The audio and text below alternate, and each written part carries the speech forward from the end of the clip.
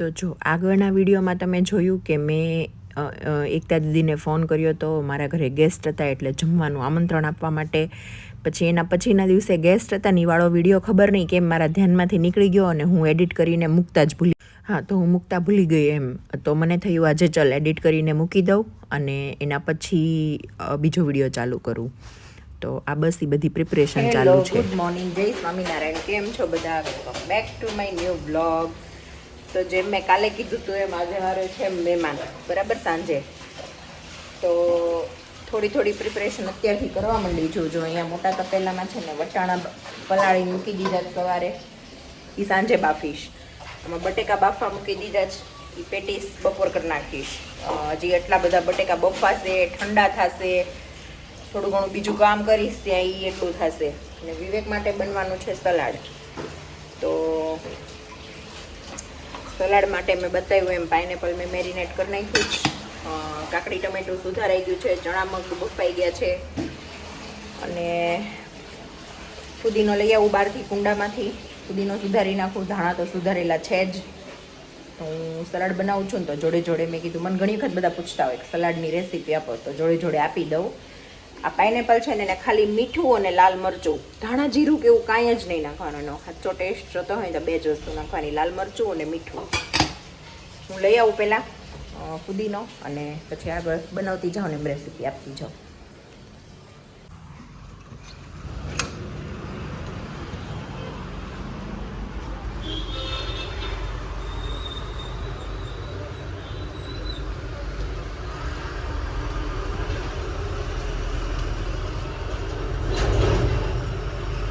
ફુદીનો ભરપૂર જોશે એવો, બહુ વધારે, મતલબ તો જ એનો રિયલ ટેસ્ટ આવે. અને એ જે પાઇનેપલ અને ફુદીનાનો જે ટેસ્ટ આવે ને બહુ જ ફાઇન આવે. મૂકો ને, એને કંઈક થાય એમ હશે તો હું કરું પછી. હા ચલો, ફુદીનો એટલો સુધારી નાખું અને પછી આગળ બતાવું.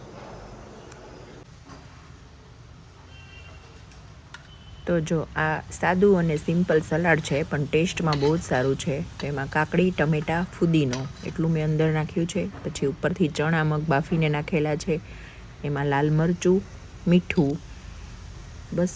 પછી ઉપર કોથમીર નાખીને સરસ મિક્સ કરી દેવાનું. અને લીંબુ આપણા સ્વાદ પ્રમાણે, આપણને ખાટું મીઠું જેવું ભાવતું હોય એવું. આમાં મીઠાશ ખાલી પાઇનેપલની જ આવવાની છે એટલે લીંબુ એ પ્રમાણે નાખવાનું. પછી પાઇનેપલ નાખી દેવાનું. પછી બધું સરસ મિક્સ કરી દેવાનું. મેં થોડું ટેસ્ટ કર્યું, મને થોડુંક મીઠું ઓછું લાગ્યું એટલે મેં ફરીથી પાછું થોડું મીઠું એડ કર્યું છે. બાકી લાલ મરચું, મીઠું અને લીંબુ, બસ. બીજું કાંઈ એમાં વધારે નાખવાની જરૂર નથી, કોઈ જાતના મસાલા કાંઈ. કે આ એની પોતાની જેમ બ્યુટી છે. ચણા મગ, પાઇનેપલ, ફુદીનો એ બધાનો ટેસ્ટ બહુ સરસ આવે છે. મારું સલાડ છે ને રેડી થઈ ગયું છે, દેખાતું હોય તો જો, બરાબર. આને છે ને આપણે આમનો આખો બોલ જ ભગવાનને ધરાવી દઈએ.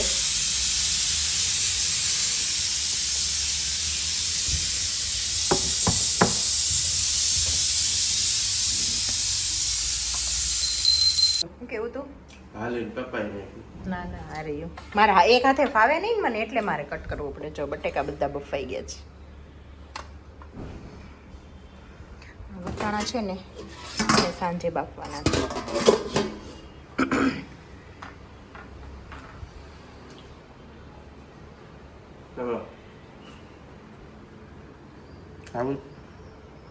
દૂધીના થેપલા, દૂધીના. હવે ઉનાળો આવ્યો કે નહીં તો છોકરાઓને દૂધી ખવડાવી કેવી રીતે? તો થેપલામાં નાખીને, મુઠિયા કરીને, હલવો કરીને, બરાબર ને? હે ખાવો છે?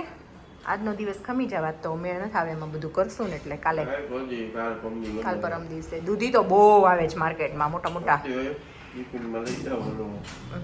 હાથે કરી દઈશ.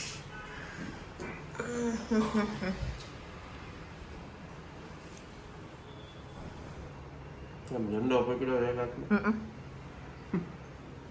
ઝંડા ઊંચા રહે હમારા. 1 મિનિટ બોલો. ઝંડા ઊંચા રહે હમારા. ખબર નહીં કેમ આજ સવારનું એવું થાય છે, કામ બહુ બધું છે પણ દશ નથી ઉજતી. થાય ઘણી વાર એવું, બધું કામ એક સાથે ભેગું થઈ જાય ને. મસ્ત ઉજવાડો એક 10 પપ્પા જઈને વી જાય. જો એ મેં કાલે મને એક બેનની કમેન્ટ હતી કે વિવેકભાઈને કયો એક વ્લોગ, આમાં કોઈનો ફોન આવી ગયો છે, કંપની છે, એક વ્લોગ આખો નિકિતા બેનના વખાણ કરતો બનાવે તો તમારાથી પોસિબલ છે, કરી શકશો? અઘરું કામ નહીં થાય હે? આવું અઘરું હેલું કામ ન કહેવાય. એ કામ અઘરું છે હે? એ અઘરું કામ છે? મારે વખાણ કરવા અઘરું કામ છે? તો આટલી હદનું અઘરું હેલું કામ ન લેવાય. વિવેક વખાણ બહુ કરે પણ ઓફ કેમેરા. વખાણ કેવી રીતે કરે ખબર? રીલ્સ મોકલીને મોઢા મોઢ ન કરે. આવડતું જ નહીં. આવડતું જ નથી. સાંભળો, લ્યો બોલો.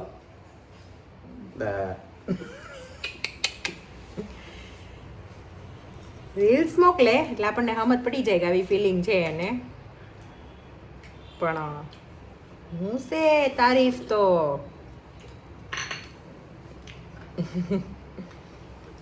નહીં નીકળેગી. નીકળી જાય તો કહી દઈ. ઘણી વાર નીકળી જાય, અને નીકળી જાય ને સીધી 6 જ હોય, સીધી દિલમાં જ વાગે. ના પણ એને શું ફિલિંગ છે ને હું સમજી શકું છું. બસ તો હવે કરવાની જરૂર નથી ને બીજાને સાંભળવા છે એટલે કહું છું. એવું નહીં આવડે. એવું નહીં આવડે, એમાં પાછા પડે, માઇનસમાં જાય. એમાં માઇનસમાં જાય, બાકી બીજા બધામાં પ્લસ છે, પણ વખાણ કરવામાં માઇનસમાં વયા જઈશ. ચલો કરવા જ વખાણ. સર્વિસ કરવી હોય ક્યાં જો. સર્વિસ નથી કરવી, સર્વિસ કરવાની છે. લે કાંઈ બોલો બા. જય સ્વામિનારાયણ. જય સ્વામી. મમ્મી એનું કામ લઈને બેઠા છે અને હું મારું કામ લઈને બેઠી, પણ ખૂટતું નથી. હવે થોડું કર્યું, હવે નથી જાગવું. પણ વચ્ચે વચ્ચે અમે રીલનું શૂટિંગ કરતા જઈએ ને એટલે ખૂટતું નથી. મમ્મી આપણે બે મેચિંગ. મારી દીકરી બેનું મેં પ્રેમ એટલો. જે મમ્મી એ પહેર્યું છે, મેં આ પહેર્યું છે, ઓલમોસ્ટ મેચિંગ.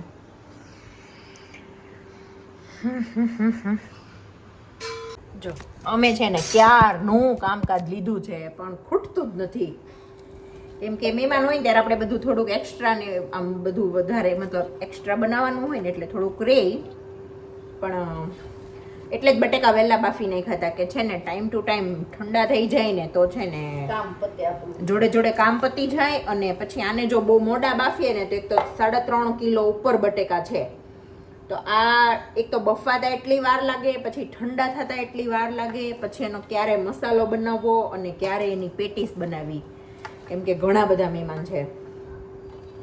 તો છે ને એટલે એવું વિચાર્યું કે અત્યારથી ચાલુ કરી દઈએ ને તો સવારે મતલબ વહેલા બાફી નહીં ખાતા તો મસ્ત ઠંડા થઈ ગયા છે. એટલે હવે અત્યારે છે ને મમ્મીનું ઓથાણાનું કામ પતાવે ને ત્યાં મારે આ શું મેં બેઠા બધી છાલ ઉતારી, હવે બધા ઓલા આ કરીને મેશ કરીને મસાલો બનાવી નાખું, પછી પેટીસ બનાવી નાખીએ. પેટીસ વાળીને ફ્રીઝમાં મૂકી દઈશું, પછી તળવાની શેકવાની મતલબ આમ શેલો ફ્રાય કરશું, ડીપ ફ્રાય નથી કરવાની, એટલે એ પછી સાંજે કરશું.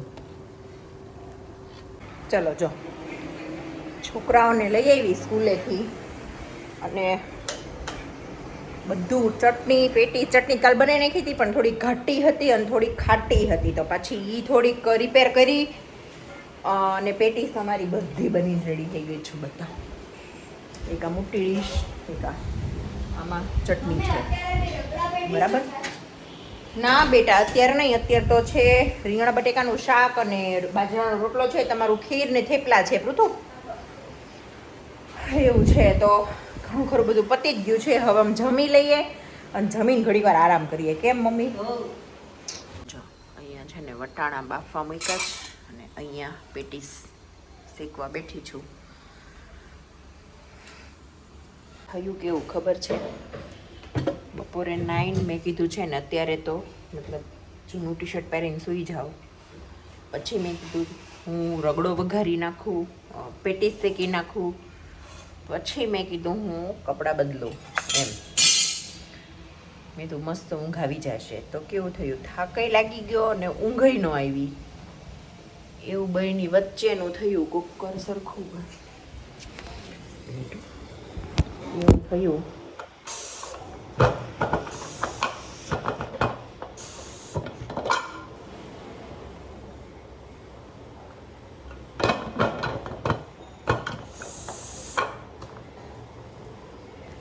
એવું થયું.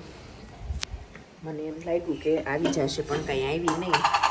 છોડો ને મેં કીધું અમથો બેડમાં ટાઈમ પાસ કરવો ને એના કરતાં મેં ધુલાય કિચનમાં જવા દે ને તમારું કામ પતતું થાય. એમાં શું છે ખબર, ગેસ્ટ આવે ત્યાં બધું પતી ગયું હોય ને તો બેસવાની મજા આવે. ઓલું આપણે પછી રસોઈમાં જ રહીએ.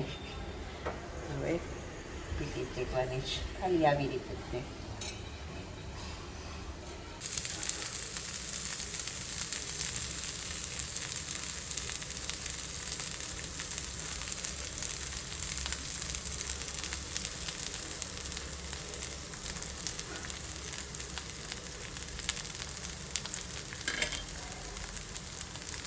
હેલો બધાને, જો મસ્ત પવન આવે છે બહારથી. અને કહું ને તો કાલે બધા મહેમાન હતા ને, મતલબ જમવાવાળા, તો અમે બધા એટલા બિઝી થઈ ગયા. પછી બધા ભેગા થયા હોય એટલે મજા આવે હસવાની, વાતો કરવાની અને ગાંડા કાઢવાની. તો મમ્મી એમાં એવું થાય છે અમારી કોમેડી, મતલબ અમે ગાંડા કાઢ્યા ને એવું બધું બતાવું ને તો લોકો એવી કમેન્ટ કરે છે પાગલ છે.